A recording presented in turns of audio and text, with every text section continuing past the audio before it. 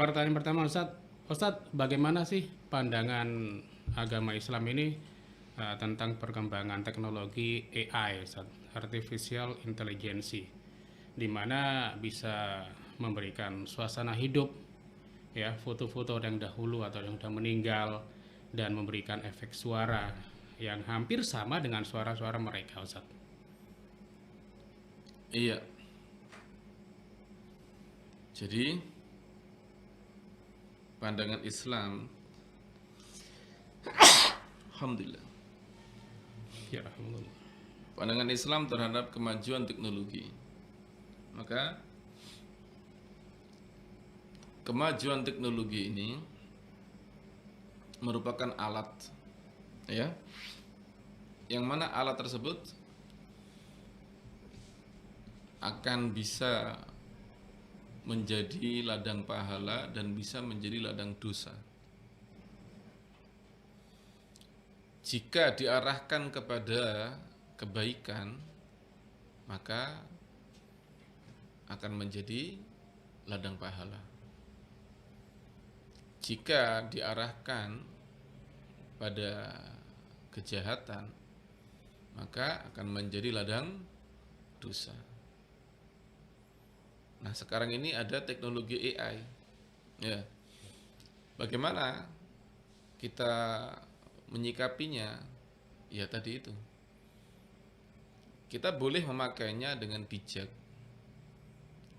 Artinya begini, kalau misalnya untuk bertanya hal-hal yang bukan seputar agama kepada AI, silahkan. Tapi kalau bertanya seputar agama kepada AI berbahaya. Kenapa? Karena AI itu menjawab bukan berdasarkan pendapat para ulama, tidak. Tapi AI menjawab berdasarkan sumber-sumber yang ada di internet. Sedangkan sumber-sumber di internet itu tidak jelas arah datangnya dari mana.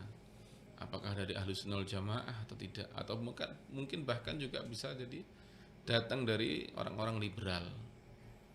Nah, oleh karena itu berbahaya menanyakan seputar agama kepada AI, berbahaya. Kemudian kalau soal gambar dan lain sebagainya, ya, yang diharamkan itu adalah melukis. Adapun foto, kata para ulama, itu adalah habsudzil, ya, habsudzil.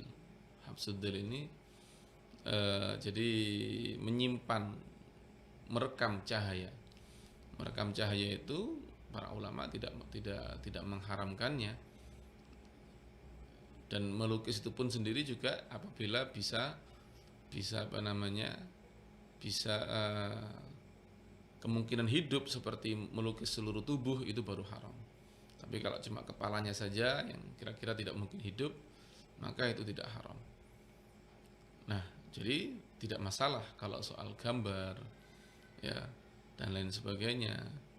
Kemudian soal efek suara, kalau itu adalah tujuannya untuk menipu, maka itu jelas hukumnya dosa. Ya, menipu itu hukumnya apa? Dosa. Misal, ya, seolah-olah apa, Mas Idris ini berpesan sesuatu, padahal beliau tidak berpesan apapun. Akhirnya timbul kegaduhan, ya, itu berbahaya.